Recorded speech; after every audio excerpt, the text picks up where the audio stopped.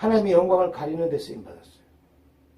자살을 하면요, 성경적으로 보면 자살은 뭡니까? 결국 생명의 주권은 하나님께 있는데 자기가 자기의 생을 끝내요. 그럼 이건 뭡니까? 주권을 월권 행사한 거예요. 하나님만이 가질 수 있는 생명의 주권을 사람이 자기가 스스로 자기의 생을 끝내는 것이니까 결국 자기가 자기 자신에게 하나님 같은 존재가 된 거예요. 그리고 결국 하나님 믿는 사람들, 믿는다고 하는 사람들이 자살을 함으로 인해서 하나님의 영광이 가려지고 전두의 문이 막히고 오히려 더 자살하는 사람들이 일어나는 이런 일들을 하게 된 겁니다. 왜? 그 속에 성령이 계신데 그 속에 성령님께서 자살을 하도록 만드시겠냐고요. 충동하시겠냐고요. 성령님은 살리시는 분입니다. 그럼 마귀는요, 죽이는 일을 하는 겁니다. 우리의 영혼을 죽이고 육신을 죽이고 우리의 생각을 죽이고 그래서 결국 영원한 사망에 들어가도록 만드는 것이 마귀의 역사입니다. 그런데 성령이 임하신 성령을 담고 있는 그런 그릇들이 이제 하나님의 영광을 드러내는 일에 쓰임받는 귀하게 쓰임받는 그릇이 되어야 되는데 오늘 성경의 말씀의 본문처럼 천이 쓰임받는 그릇이 되고 영광을 가리는 그릇이 되고 그런 일들이 벌어지는 거죠. 오늘날도 마찬가지입니다. 오늘 하나님 믿고 있는 우리들이 어떻게 해야 귀하게 쓰임받는 그릇이 되겠습니까? 여러분, 내 생각대로 살아가면 천하게 쓰임받는 그릇이 되는 거예요. 악하게 쓰임받는 그릇이 되는 거예요. 영광을 가리는 데 쓰임받는 그릇이 되는 거예요. 그런데 하나님의 성령의 감동과 하나님의 말씀과 하나님의 뜻을 따라 순종하는 삶을 살아갈 때 우리는 하나님의 영광을 드러내는 귀 쓰임받는 그릇이 될 수 있다는 것입니다. 내 안에 계신 성령님 앞에 우리는 민감해야 합니다. 그분이 원하시는 것이 무엇인지 그리고 그분이 원하신 뜻을 알았다면 민첩하게 우리는 그 말씀대로 해야 합니다. 이게 민첩하게 해야 된다는 게 너무나 이게 중요한 얘기예요. 하나님 말씀을 들었어요. 근데 여러분이 민첩하게 곧바로 즉시 순종하지 않고 생각해 보겠습니다. 기도해 보겠습니다. 하면서 시간을 끌고 여러분이 기도해 본다고 하지만 기도하지 않고 생각해요. 계산해요. 그러면 절대로 그 하나님 말씀대로 순종할 수가 없어요. 그냥 아무 생각 없이 말씀대로 말씀하시면 아멘 하고 그냥 가는 거예요. 중국 아멘, 대련 아멘 하고 한국 아멘 그렇게 하고 와야 돼. 제 얘기하는 겁니다.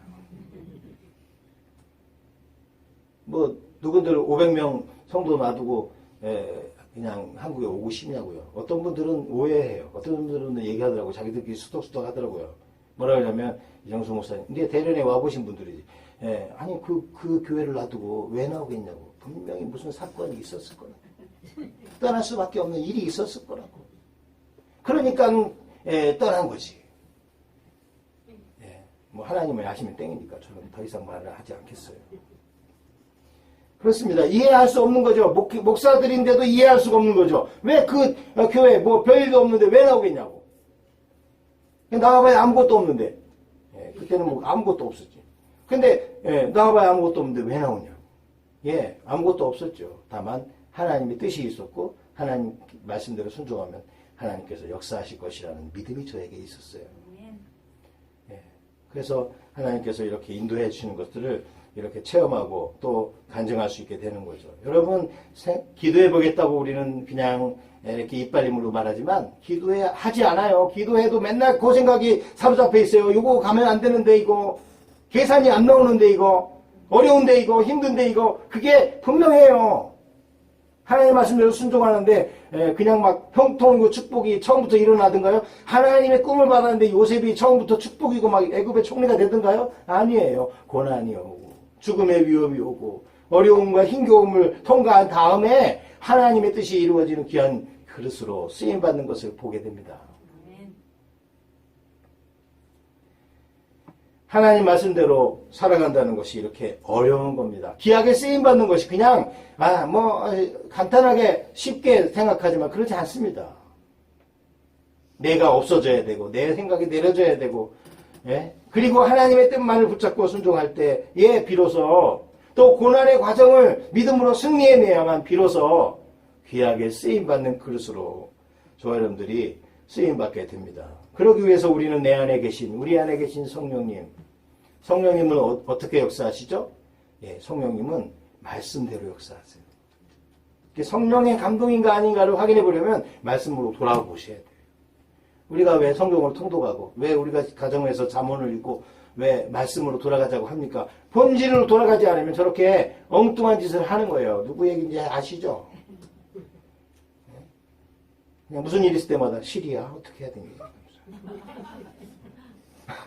우리는 무슨 일 있을 때마다 하나님 말씀을 어떻게 말씀하고 있는지를 돌아봐야 되죠. 하나님 뜻은 뭡니까 하고 하나님 앞에 엎드려야 되는 거죠. 사람한테 실이야 어떻게 해야 되니? 그렇게 묻고 그 사람이 말하는 대로 그냥 하는 게 아니라 개인의 삶 같으면 얼마든지 용서할 수 있는데 이게 국가를 그렇게 운영하고 있다니 말도 안 되는 그런 역사가 지금 일들이 벌어지고 있는 거죠. 성령님이 우리 안에 계신 성령님, 우리 안에 임재하신 성령님께서 함께 동거하시는 성령님께서 우리에게 말씀을 통해서 우리에게 감동해 주실 때 그 말씀 앞에 순종할 때 우리는 귀히 쓰임 받는 그릇이 될 수 있다는 사실을 믿으시길 바랍니다. 두 번째, 귀하게 쓰임 받는 그릇이 되기 위해서 우리를 깨끗한 그릇으로 준비되어져 있어야만 한다는 것입니다. 20절 말씀에서 21절, 21절을 우리 한 목소리로 함께 읽겠습니다. 큰 집에는 금그릇과 은그릇뿐 아니라 나무 그릇과 질그릇도 있어 귀하게 쓰는 것도 있고 천하게 쓰는 것도 있나니 그러므로 누구든지 이런 것에서 자기를 깨끗하게 하면 귀히 쓰는 그릇이 되어 거룩하고 주인의 쓰심에 합당하며 모든 선한 일을 준비함이 되리라. 아멘. 예, 그릇이 쓰임받으려면 어떻게 되느냐, 예쁜 그릇이 돼야 된다. 아주 디자인이. 예전에 우리 어머니들 보면요, 돌아가신 우리 어머니도 보면 그릇을 얼마나 많이 사다 놓는지 몰라요. 사다가 어디다 놓냐면, 옛날엔 차단 쓰라 그랬는데, 차단 쓰 위에 그냥 올려놔요. 막 뜯지도 않고. 그리고 조금 이쁜 거는 거기다가 장식장 거기다가 쭉 이렇게 진열을 해놔요. 그리고 언제 쓰냐면 그냥 막 쓰다가 이거 깨지면 그때 이제 하나씩 꺼내서 쓰는데 그 하나씩 꺼내서 쓰면 이미 디자인이 가다가 이제 완전히 진한 가다가 돼버려요. 그래가지고 유행 다 지나고 이제 그때 나온 건 그때 유행하는 거니까 그 시대에 써야 되잖아요. 그 시대에. 그런데 왜 이상하게 막 잔뜩 사다 놓고 그냥 올려놔. 먼지 풀풀 쓰고 올려놔. 그러고서는 유행 다 지나고 이제 때 다 지났을 때 그때 이제 또 쓰는 거예요. 그러니까 맨날 그냥 시대하고 안 맞게 유행도 안 맞게 그냥 쓰는 거예요. 그런 것을 봅니다. 예, 귀하게 쓰임 받는 그릇. 예, 그게 그릇이 귀하다라고 하는 건 무엇으로 결정되냐면 이게 쓰임 받을 때 가치가 발생하는 거예요. 돈도 마찬가지잖아요. 돈도 언제 가치가 발생합니까? 내가 지갑에 가지고 있다, 은행의 잔고에 있다, 그것으로 귀하게 쓰임 그거 있어봐야 뭐 할 거예요. 그냥 저기도 의미도 없어요. 그런데 그 돈이 가치와 의미를 발생하려면 그 돈이 쓰임 받을 때, 돈을 쓸 때 거기서부터 가치가 발생하고 의미가 있게 쓰임 받는 역사가 일어나는 거죠. 그러니까 귀하게 쓰임 받으려면 어떻게 해야 되느냐? 오늘 말씀합니다. 귀하게 쓰임 받으려면 이런 것에서 자기를 깨끗하게 하면 귀하게 쓰는 그릇이 된다. 여러분 어떤 그릇을 귀하게 씁니까? 아무리 금으로 만들고 은으로 만들었다고 더럽고 추하면 그거 쓰지 않습니다. 그런데 질그릇인데도 불구하고 깨끗하게 닦여져 있어요. 깨끗한 그릇. 하나님은 거룩하신 분입니다. 거룩은 깨끗하다는 의미입니다. 거룩하신 하나님이 하는 일은 거룩한 일입니다. 그런데 하나님이 거룩한 일을 하기 위해서 그릇을 택할 때 어떤 그릇을 택하겠어요? 거룩한 그릇을 택하죠. 깨끗한 그릇을 통해서 거룩한 일을 하시기를 원하십니다. 그러면 깨끗하게 준비된다는 건 어떤 의미일까요? 죄에서부터 깨끗해야 된다는 것. 그것을 의미합니다. 이런 것에서 자기를 깨끗하게 하면 귀히 쓰는 그릇이 된다. 그리고 주의 일에 합당하게 쓰임받는 그릇이 된다. 모든 선한 일에 준비함이 된다. 라고 말하면서 22절부터 말합니다. 이런 것이 뭐냐? 이런 것. 너는 청년의 정욕을 피하고. 이게 청년의 정욕을 피하는 게 이게 바로 깨끗하게 준비되는 것이라는 거예요. 청년의 정욕. 예, 청년들은 무한한 가능성도 있지만 무한한 그 가능성이 잘 될 가능성도 무한한 가능성이지만 잘못될 가능성도 무한한 가능성이에요. 그냥 저기 홍대만 하여튼 갔다 오면 그냥 거기서 한번 놀고 나면 그냥 믿음 잃어버리는 게 그냥 다반사예요.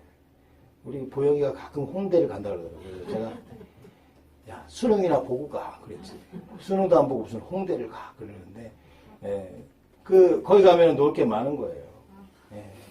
그러니까 거기 가는 거예요. 그런데 그 청년의 정욕들 뭐 밤새 놀고 새벽에 막 우르르 몰려 나온다는 거예요. 뭐 저는 안 가봐서 몰라요.